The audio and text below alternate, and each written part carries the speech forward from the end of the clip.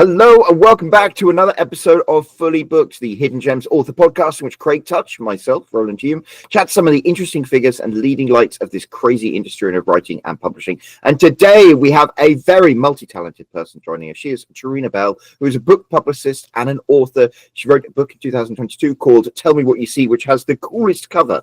I really like the cover of that book. How are you doing today, Terena? Thank you so much for joining us. I'm all right. Thanks for the compliment and for having me. Oh, well, we're delighted to have you. Thank you so much for taking the time to join us. And of course, we wouldn't be here without the man himself, Craig Touch, the owner and founder of Hidden Gems and an author himself. How are you doing today, Craig? Doing great. Thanks, Roland, and thanks for joining us, Terena. So a book publicist, that's what we want to talk about today. I know, anybody who's been following the podcast for a long time knows that we talked a long time ago to a publicist as well, but it's been a couple of years at least, I think. So it's definitely time to revisit. And plus, talking to different publicists, you're always going to have different ideas about what to do and who it's good for and all that stuff. So that's what we want to kind of dig into. But why don't you start us off by telling us a bit about yourself and how you got into this and what you do, and we'll go from there. Sure. I am first and foremost a writer. Like I'm assuming the vast majority of our listeners and people who are joining us today. I live and I breathe for story. I wrote my first short story when I was 5 years old, and yes, my grandmother did put it on the refrigerator. But I've always been a writer. Now, sometimes you can make a living writing fiction. Sometimes you can't. It sort of depends on whether or not you're Tom Clancy. But doing other things to try to make a living, I've wound up always kind of having an entrepreneurial bent, getting involved in marketing, because also marketing is a story. A lot of writers tend to think of marketing as being intimidated, but you're already a storyteller. So it's just telling a story about yourself this time. And one of my various jobs that I have had before the pandemic, I worked as head of global PR for Lionbridge, which was at the time the world's second largest translation and localization company. They had been publicly traded on NASDAQ, so that gives you some idea of the scope of what I was working with. And then I live in Manhattan, and like everybody else who lives in Manhattan, pandemic came and I got laid off. So now, fortunately, book publishers were still publishing. But what that means is that when my debut, which Roland so kindly mentioned earlier, came up for publication, it meant that I was able to work pretty much full time on marketing it and getting it out there. And after it published, I sold back. Now, it was traditionally published. I know most of our listeners are self-pub and or hybrid. But whenever it came out, I had earned out my advance and pre-orders. And at the time of release, it was the fourth best-selling title that the publisher had ever had. Now, it was a small publisher, so I'm not, on Tom Clancy level. But my publisher kind of pulled me aside, a couple of months after launch and said, "Hey, Terena, I know you've kind of been looking for a job here for a while." And she said, "Did you ever think about doing book publicity full time?" And she said, "You're better actually than the people who we pay for this." Oh, that's right. Yeah, exactly. So a career sort of wound up being born, and I started representing various titles with them. And then, one small press talks to another. And then eventually the self-publishing people find you. And then that's when life becomes very wonderful, because that's when you get to read all of these wonderful stories that would not be out there were it not. And not that trad pub isn't a lot of faith and effort, but self-publishing is almost all faith and effort. And so you get to read a lot of these stories that I otherwise wouldn't be exposed to, where I'm not partnering with these fantastic individuals. Oh, what a lovely way of putting it. I used to do some editing for self-published authors, and I remember the most rewarding part of that was actually reading these books. And some of the authors now that I follow and love and support, I discovered by editing their books originally, and I was like, wow, these guys are really good. And it's lovely that's one of the really rewarding things about self-publishing as an industry. Yeah. So do you read all the books of the authors that you represent then? It depends. I do read at least part, because I have to know what I'm selling. My father growing up drove a Coca-Cola route truck. And if he had never tasted a Coke, he would have been a hypocrite. But if he just sat around all day drinking Coca-Cola, he never would have sold anything. So I have to find the balance with each title to where, at what point am I skimming? Like Kidlit, because that's always short. Like my first self-pub client was Kidlit Memoir, which I never realized picture book memoir was even a thing before that. But it was about his experiences growing up with something called verbal apraxia, which is a, I don't know. I don't want to get like too far into it, but basically he was nonverbal as a child and could not speak the same way that we are doing on this podcast. And so that needed to be Kidlit Memoir. And on those, they're 30 pages each. Yes, you're going to read the entire thing. But if I've got like a 700-page novel, I do, to be honest, have to balance with, I've read the first 3 or 4 chapters to get a hold of the client's style. And then now we're skimming the rest for plot because, I bill on a per month stipend. But I also have other clients, I also have a life, and I also have to be pushing your book and getting it out there. And so the question on reading the whole thing word for word becomes what's more important to them as an author. Like, do they want to pay me for a week or two where all I'm doing is reading their Ulysses size book, or do they actually want me out there selling it? But I do always read something. Right. You have to makes read. sense. Yeah. Right. Are there some authors that, you decide not to represent after reading some of their stuff? No, but I've had authors who have decided not to work with me because I did not promise to read the entire book before starting.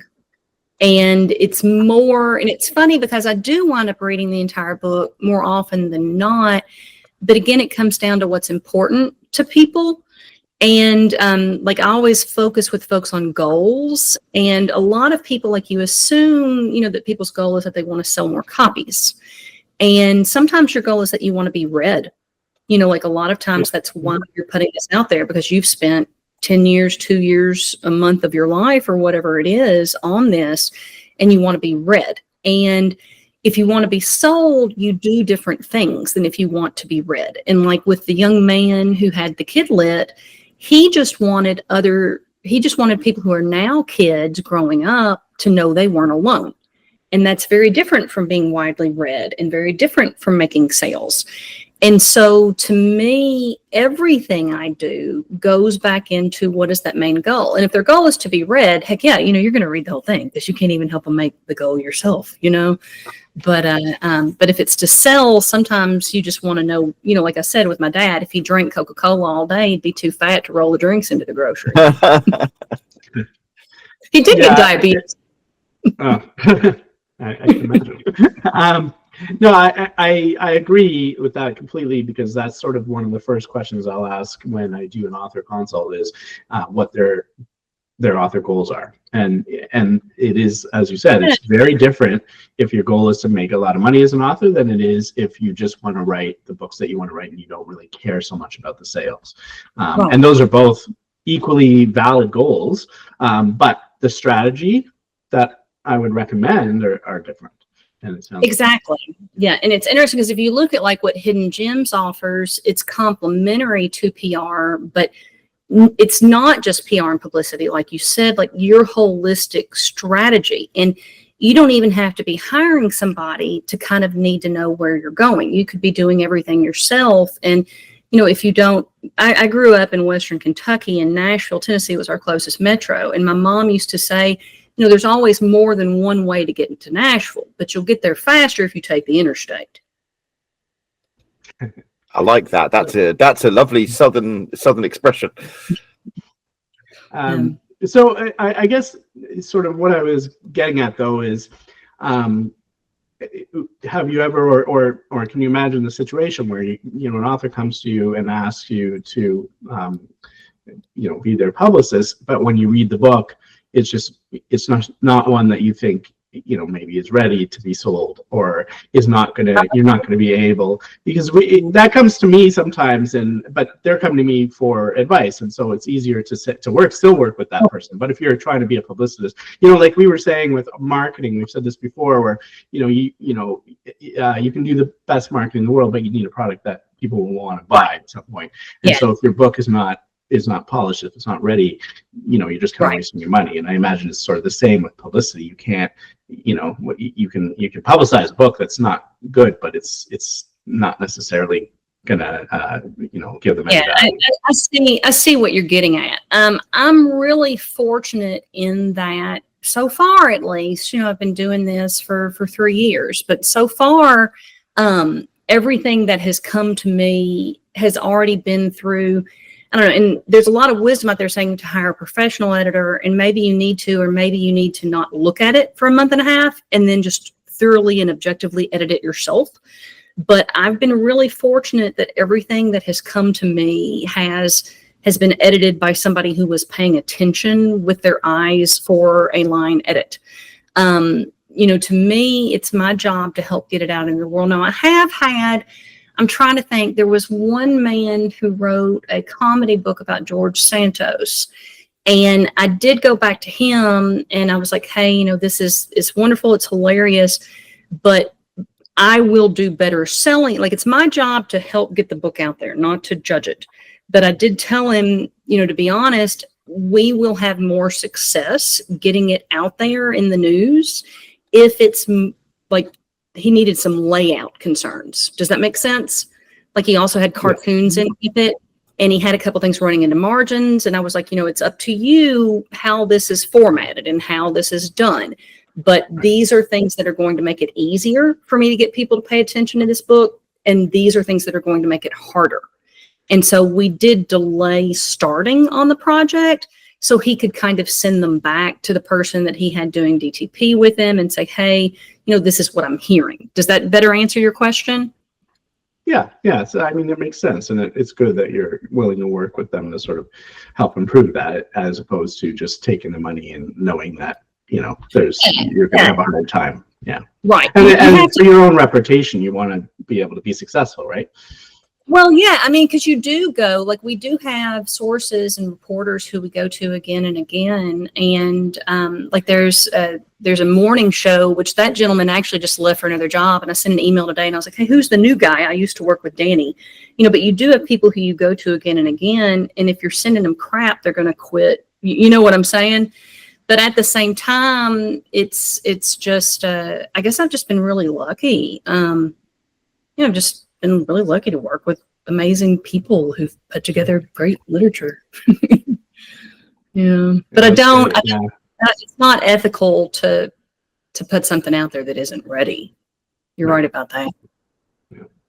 And okay, so what sort of publicity do you find for authors, and does it sort of depend on the type of book that they have? It depends. Now, personally, I tend to go really heavy on podcasts, and it links again to goals. Like the gentleman that just wanted other kids to know that, like, they're not alone. We actually did a big, huge book tour with him, and we worked through something called the Apraxia Foundation, like to let people who advocated with them know. And then there's an organization called Apraxia for Kids. And so we worked more with nonprofit partners and with libraries and a lot of Facebook, like to let people know, hey, somebody's coming. And we presented it more as he's talking about what it was like to grow up with this. And then, oh, look, a merch table.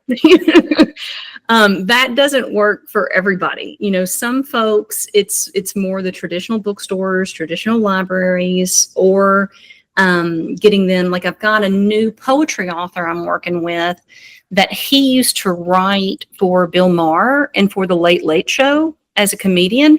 And so when I'm approaching podcast people, like he's got a poetry collection that's coming out in December, but I'm letting them know about that comedic background, because then it puts them, hopefully, I'm seeing a couple of nods from you gentlemen, and puts the podcast host a little bit more at ease on knowing that somebody will be a good guest.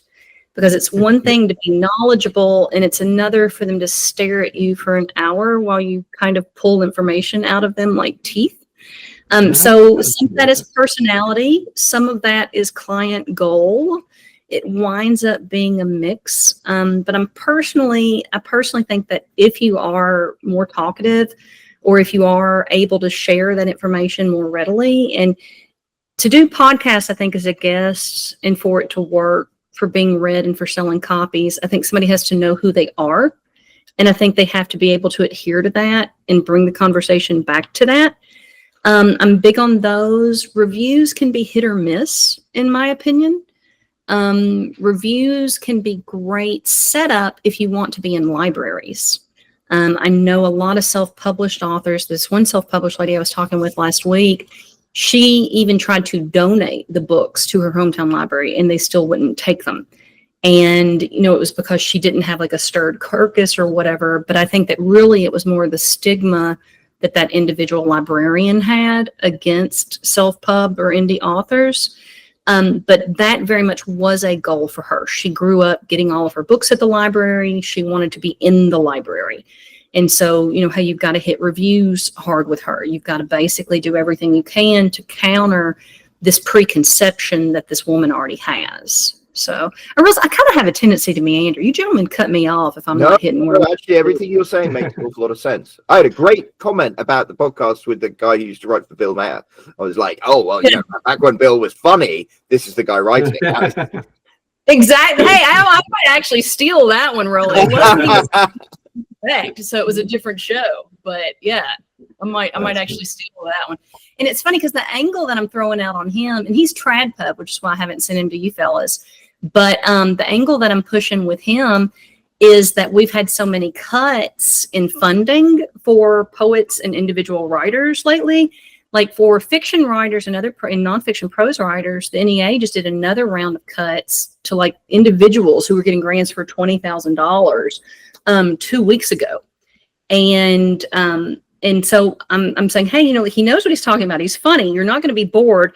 But let's talk about, do we need poetry?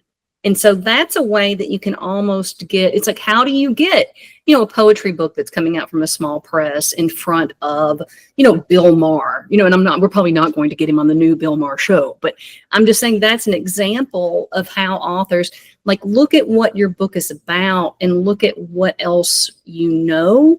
And then that's how you can get in with like serious news. And we're not going to get him on Bill Maher today, even though he knows the guy.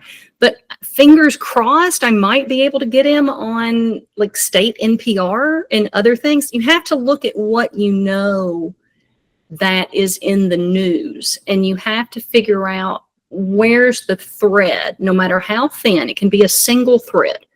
But where's the thread between that and your book? And then point that out to the reporter. I mean, that makes a lot of sense, and I really like that as an idea because poetry is quite a tough sell, I will say. But then when you package it up as part of a bigger conversation, is poetry still relevant? And then immediately it's like, hey, I wrote a poetry book and it's relevant, and these are the reasons why. And it's like, boom, there we go. Right. And then you have to stay away unless your book is controversy or your personal identity is controversial. You have to kind of stay away. But it's like, we're not saying whether the government should or should not fund it. The link in this example is that the government funding is what is in the news. And then how do you tie? It's like, well, I'm funny and I can tell you why it matters, you know, and then you let the viewer or the listener determine how they perceive that bit of actual news item as a result of what was said. But you have to, everything with PR, when it comes to, especially with earned media and getting mentioned in, you know, like we're talking about, I don't know, like just to make something up in the news. I'm looking at my window right now. I live in New York. There's a lady walking down the street in a pink hat. So our pink hat's all the rage. You know, well, I've got a children's book about a purple hat. So let's talk about hat color and why that's important.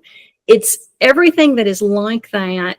It's like a prism, and you just have to keep turning your book, and you just have to keep turning your image, and you're never dishonest. You're never deceitful. Like the prism is still the crystal that it is, but it's my job to help you turn it and then figure out how to get the particular spectrum of light that is going to get your book the attention it needs. Wow, that was a beautiful metaphor. Oh, thank you. I just made it up. It sounds like a lot of that is more relevant to like nonfiction and books that are about specific topics. I'm wondering about fiction and how are there different genres of fiction that work better, and where would you sort of place them? Or is that specific podcasts that deal with like, hey, here's the best, thriller books or the top romance books of the week or whatever? Well, but that's the thing. Fiction is still about something. Like Gone with the Wind. I mean, I would argue that Gone with the Wind is not about the Civil War, that it's actually about this woman coming to grips and coming of age. But technically, Gone with the Wind is about the Civil War. So if there's an article on taking monuments down, well, what does the author of Gone with the Wind think? Now, of course, Margaret Mitchell's dead, so she's not thinking anything. But you see, like you look at what it's about now. It's harder. Because the media, and particularly conferences like PEN America, or if you want to get a speaking spot at Brooklyn Book Festival and that kind of thing, it's particularly harder to get fiction authors perceived as experts. But especially anybody who's written anything historic, my gosh, the research that goes into that. It's once you remove yourself from academia. Now, like nobody would have taken Margaret Mitchell and gotten her to speak at the University of Nebraska or Harvard on, the Civil War and scholarship. But once you remove yourself from academia, where everything's more about credentials and it's more about thought. Like I had a client who writes erotica, and we got a listicle in Marie Claire on the top 5 sex tips romance writers have to spice up your love life. So that was an actual news, like it was positioned as a news article, just like anything else that Marie Claire would run, and I wrote this listicle, and it mentioned Tiffany Rice and Rachel Kramer. Gosh, I'm blanking on her second last name. But, like genuine romance folks that you would think romance and erotica are something that's going to be really hard to get in the news. But it was it did not go under their book section. It went under their health and fitness section. Does that make sense? Absolutely. Yeah. It seems like those would be fewer and far between, or at least it requires a lot more creativity on your part to figure out where to put those. Right. It's the creativity. And that's why I say that everything seems hard until you've done it. But fiction writers are making up entire worlds, and they may be very adjacent and akin to our world. I don't necessarily mean world building like fantasy or sci-fi, but even if you're setting your book say you're setting your book in Philadelphia or you're setting your book in Atlanta, at some point you're twisting what those real cities are in your mind, and you're making them your world. And then guess what? You're inventing complete people. So if you think about the fact that fiction writers they're making up entire worlds filled with people who only existed in your head and now exist in the reader's head, it's a lot, at least. And of course, I do this for a living, right? Everything is easy until you have to do it, but to me, if you can make up an entire world and make up people, like you might even make up their dog, right? With like that level of detail, you can figure out something. You can make up the angle that is real and truthful about what you've written or about your life. It takes the intimidation a lot out of it when you realize that you've already done it, just in a different regard. Does that make sense? That makes a lot of sense. No, for sure. Yeah. So if an author, gets some of this publicity, what are they, realistically, what kind of results do they see? Are they looking at, big boosts to sales? I'm sure it depends on where they go and what the audience is, but obviously if they are sales motivated, that's kind of what they're looking for, right? So what are they? Obviously you can't guarantee results on anything, but typically you must have some sort of metrics. Yeah, you can't guarantee them, but you can measure some of them. Like say a podcast drops, you can look at your book scan on Amazon, like on your Amazon Author Central, a week or two after it goes up, and see if there was a nudge. Now, none of that measuring is ever perfect, because that's not going to show your ebook results. And like I've got a little mini fiction collection that I self-published myself about 2.5 weeks ago, and it's ebook only. So it's not going to show on Amazon Central at all because that's only your print, right? So if you don't see that nudge up, it doesn't mean that going on that podcast wasn't necessarily successful. It just means that these ways of measuring it that we have can be a little fallible. Now, the good thing is that whenever you do get your actual Amazon royalty report, you'll be able to see was what I was doing that month in general working. But for the print, you are able with that book scan to go date by date and look and see. And it's like, okay, like if, this podcast that I was a guest on dropped the 12th, and then I did see an increase in sales in the 12th, 13th, and 14th, as opposed to February was just kind of a slight increase in the whole. So it's more than feeling, but less than science. Another way, like after a library marketing push, like you can check card catalogs. Like that's one thing when people want to know about if their goal is to be read as opposed to sales. I say, well, go to the, like say you fight to get your book in this particular hometown library. Well, go to the card catalog. Did anybody check it out? And that tells you with the next book, if it was worth fighting so hard to get into that particular library, other than I grew up here and I want to see it on the shelf. So WorldCat is also a great way to see what libraries have purchased over time, because they don't go through Amazon. So that will give you, like if anybody's messing with Baker and Taylor or anything like that for distribution, that will give you what those results were. And then this is where self-published authors are really very much at an advantage because if sales are increasing because you're not waiting on a publisher who is late on royalty reports, or you're not waiting on an agent to massage it or come back from vacation and package it or whatever. And you're not, now like with Amazon, you are having to wait until the end of the month to see how much cash they're going to send you, but you're not having to wait. Like some small literary presses only send royalty reports out once a quarter. So, you can't see all the success, but I think you can see if something is absolutely not working at all. And what levels of success do people see from doing various types of publicity? Are they seeing, a small bump in sales, or certain things really make them explode?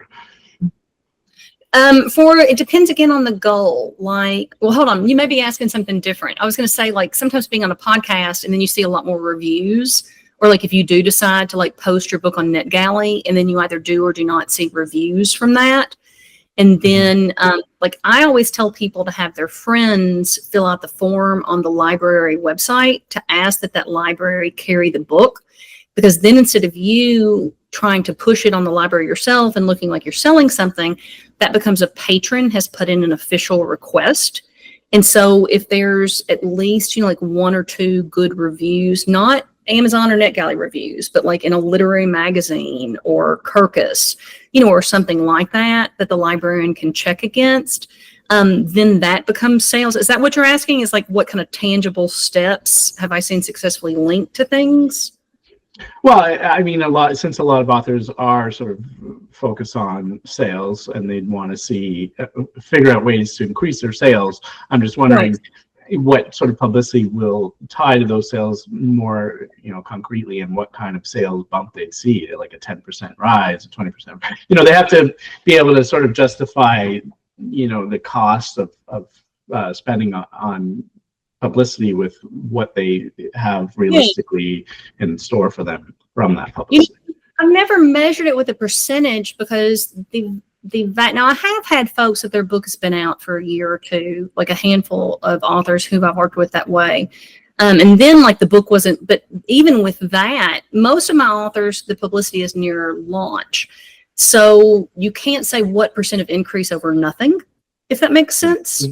Yeah. Because if it wasn't selling before because pre-orders hadn't opened, or now that is something like if you do have pre-orders open and you are actively marketing, then there should be some nudging that way. Like you should be but as far as like an actual percentage, it's hard because like 100% of nothing is still nothing. Like mathematically, at least that's what I learned in algebra. Yeah, I mean, you're right. Like if they're doing it at launch, which is probably best time to be doing it, then it's hard to judge how much you've contributed to that, or how much the publicity has contributed to that. But if an author is trying to breathe life into an older book, then maybe it's easier. Right. And in my experience, it's because that's gotten stagnant, where like there aren't any sales on it anymore at all, or you might see randomly like 1 to 2 copies popping up a month. Now, I did have an author come to me a couple of months ago that it's the only time that I've ever had anybody want me to take over a campaign midstream. So that is something to where like you would be able to see, like if I changed from this person to that person, I saw this much of an increase. I personally didn't do it because my thing was if she canceled contract on that lady, she might cancel contract on me. And I bill my people after the work is done. I don't bill them before. So I was a little, my trust parameters went up a little. But that would be an instance where you could measure something, or if you had already tried to get reviews and you couldn't. But the thing about it becomes, people are very quick to judge, and we're very quick to form stereotypes.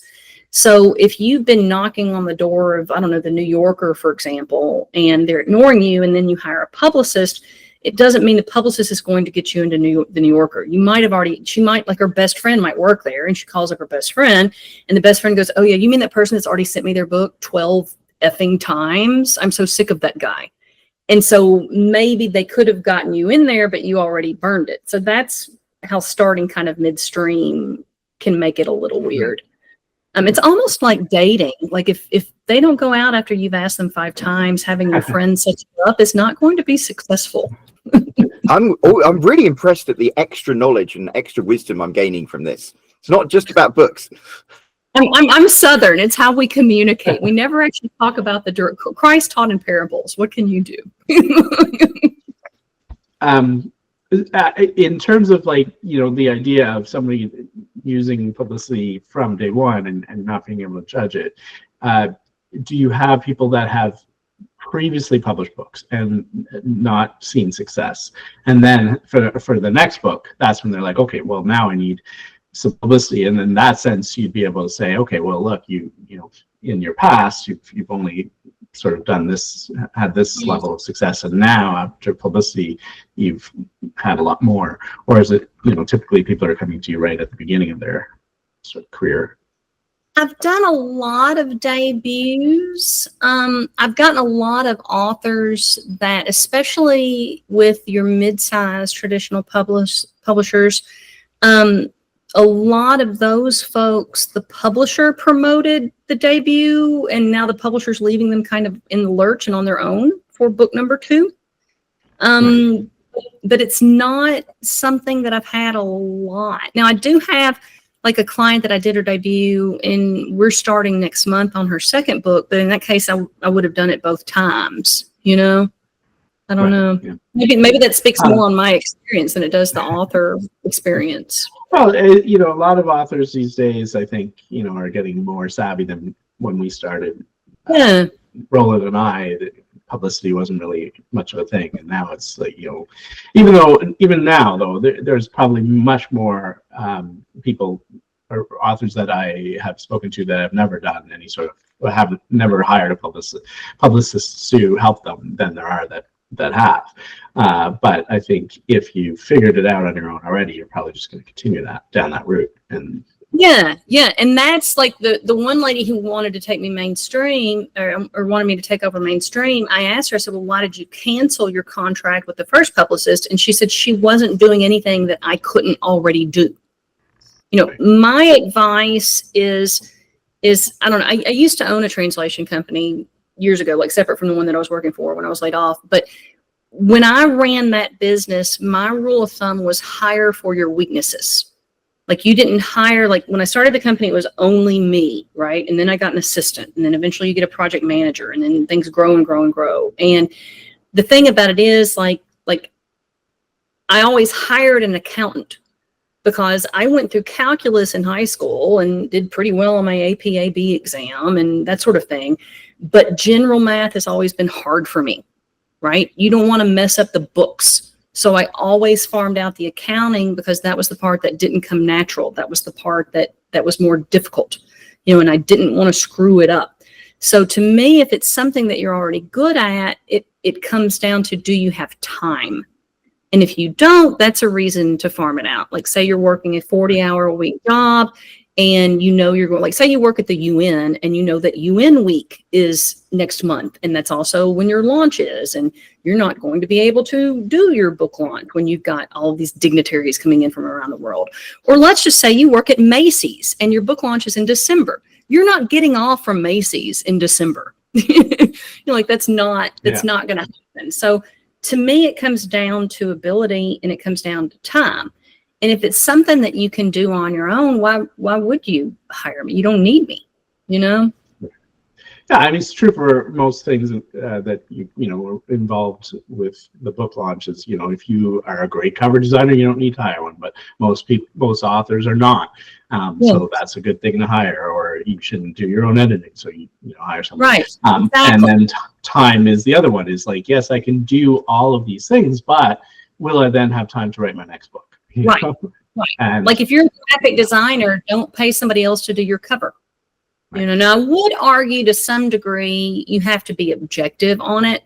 Like say you were a PR rep. I mean, you probably wouldn't do this if you were a PR rep, but say you did, have marketing as an area that you think are your strengths, and then you're like, this is the best novel ever. Like, they're probably not going, like sometimes an outside perspective is good, like having somebody like a beta reader look at your novel or whatever. But it comes down to expertise and time.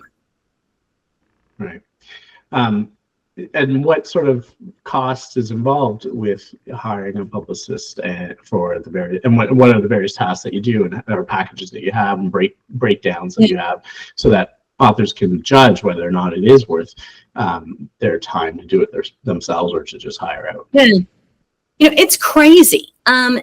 Industry-wise, I have seen folks be charged anywhere from a few $100s to $20,000 a month. It really depends. I would say that people who are hiring a company are probably going to pay more than people who are hiring an individual. I would caution anybody to be wary of what the people on the absolute cheaper end are doing, because in my experience, like the folks that are charging, $300-$500 a month or whatever, kind of have a checklist, and they send every book to these same people for review, whether these people review poetry or review Civil War historical novels or what you will. So I would ask a lot of pointed questions about that. Like, anything with PR that is the exact same package, I'd be a little bit wary of. And by that, I don't mean, for this money, you get podcasts and libraries or whatever. What I mean by that is, for $250, I will send it to the New Yorker. I will send it to New York Times, whatever, for the reasons that we just discussed. I think that your book is special, and so you should be getting a custom to you quote. And I would also be mindful of anything that is charged by the hour as opposed to the package, because reporters and reviewers especially, do this part-time, not full-time. So are you getting charged a whole extra hour because they're having to email them back at 9:30 or email them back on a Saturday? So, you're probably not getting charged for 5 minutes. Like, there's probably anything that's per hour. There's probably something that's embedded in that where it's a 15-minute minimum or a 30-minute minimum or a 1 hour minimum every time they touch it. So that's why I personally believe that I charge this amount per month, or this amount for the whole campaign, is more beneficial for the author. That makes a lot of sense. And, I think it's always a red flag to me when people do things by the hour, because I'm like, you prefer to get a service. Right?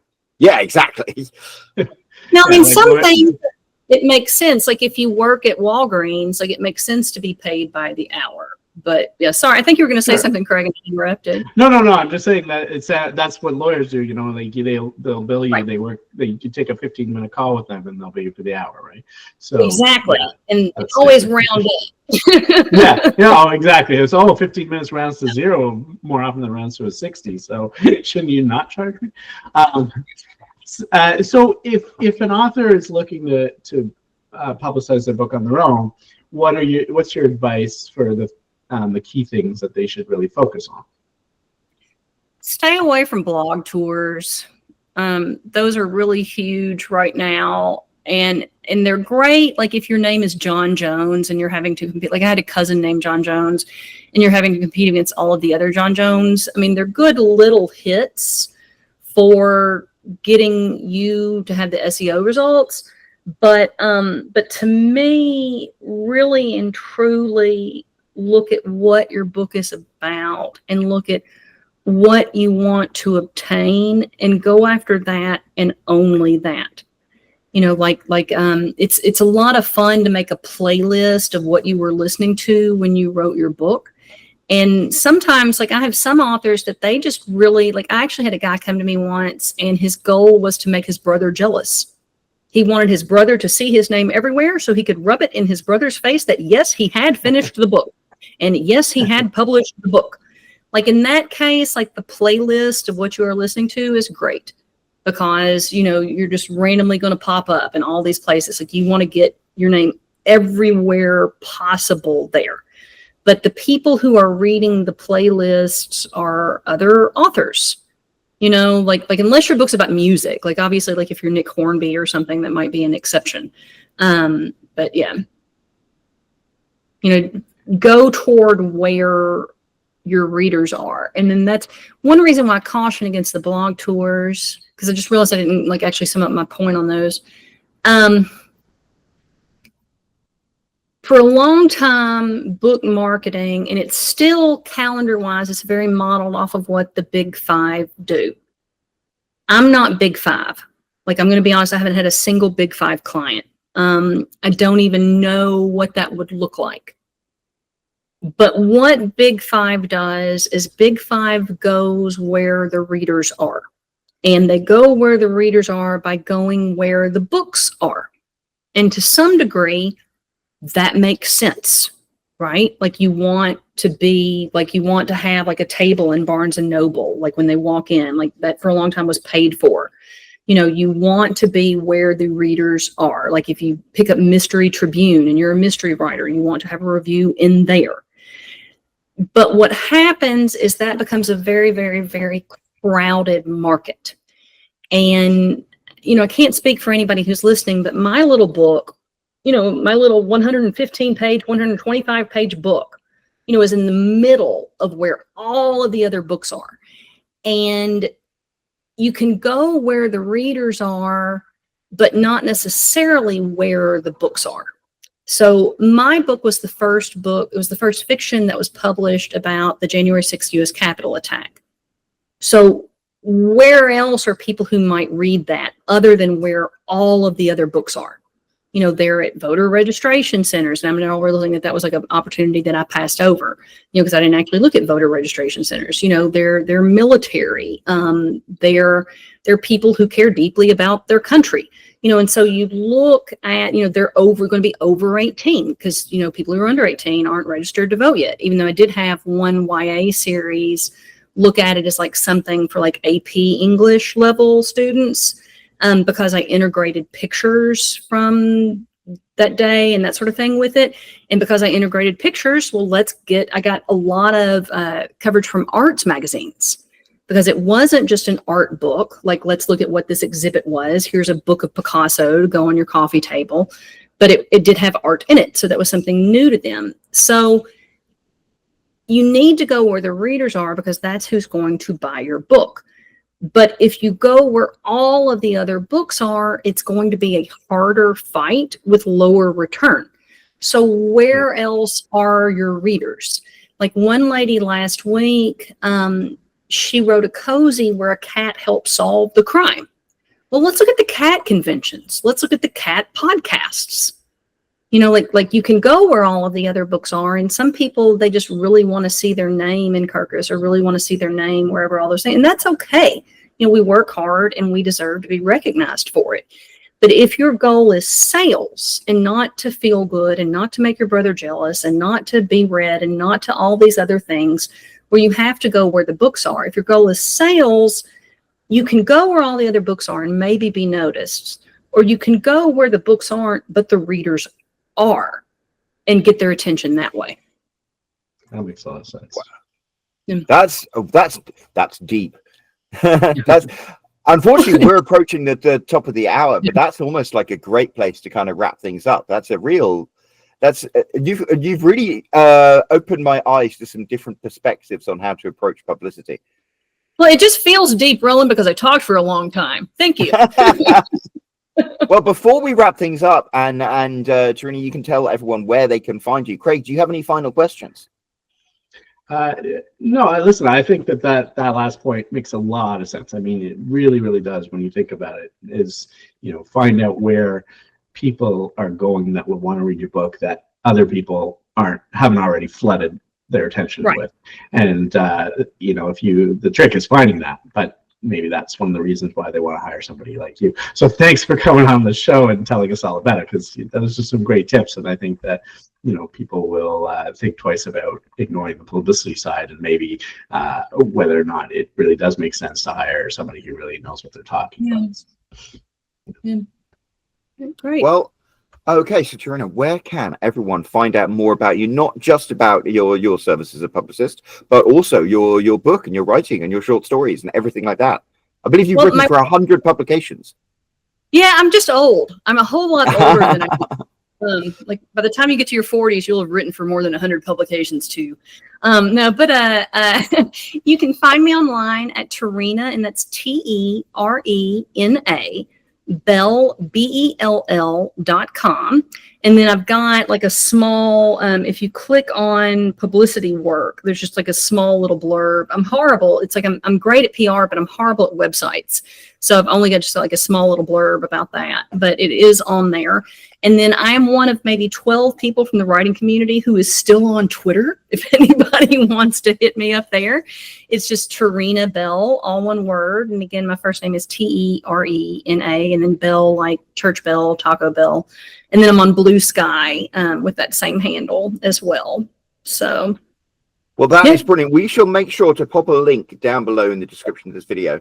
So if you have enjoyed everything that Terena has shared with us today, make sure you scroll down and click on that link and go and check out everything. You will pass by, while you're on the way there, that big empty comment section. So why don't you do us a favor and also leave Terena a comment to let her and us know how much you appreciated everything she shared with us today. And of course, there's that like button. You can smash that, as the kids say, that subscribe button if you haven't already, and there is a bell icon. You can click on that to get notified every time there is a new episode of Fully Booked. And of course, there will be a brand new episode of Fully Booked this time next week. So until then, cheerio.